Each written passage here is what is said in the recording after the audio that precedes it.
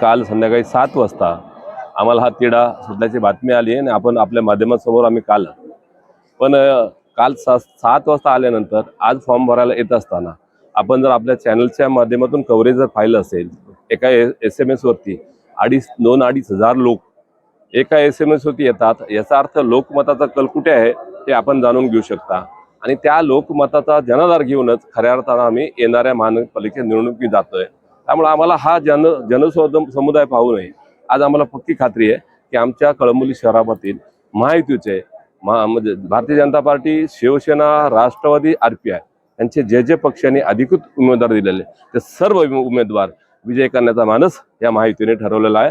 हे बघा, पक्षाची जबाबदारीचा आणि याचा वास्तविक संबंध असा येत नाही, पण माझा जो मानस आहे की ज्या जनतेसाठी नगरसेवक हा म्हणून, या जनतेचा सेवक म्हणून या सभागृहात जाण्याची संधी मला भेटते, त्या संधीचं सोनं खऱ्या अर्थ करणाऱ्या ज्या जनतेने सेवा मला संधी दिली त्याचं सोनं करणं हा माझं प्राथमिक पायरड असतं। त्याच्या माध्यमातून सर्वांना समसमान अधिकार दिले, ते बहुमूल्य मत आपल्या सर्व नागरिकांनी दिले। आपल्या हिताचं संरक्षण, आपल्या आजूबाजूच्या परिसराचं संरक्षण करण्यासाठी मत दिलंय आणि जनता सूचने आहे, त्याच्यामुळं जनता ठरवणार आहे। त्याच्यामुळं त्याच्या पलीकडे काही नसतं।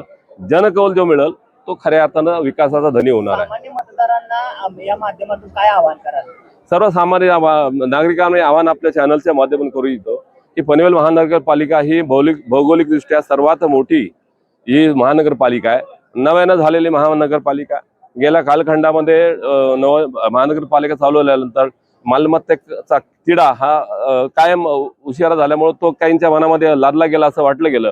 पण आपल्या जर परिसर स्वच्छ सुंदर करायचा असेल, आपल्या भागाचा विकास करायचा असेल तर मालमत्ता कर भरणं क्रम मागतंय, परंतु जो मालमत्ता कर ही जनता या महानगरपालिकेला भरते, त्या मालमत्तेच्या माध्यमातून जनतेचा विकास कसा होईल ह्या अर्थानं काही कालखंडामध्ये नव्याने एखादी व्यवस्था चालू झाली तर विकास करायला वेळ लागतो।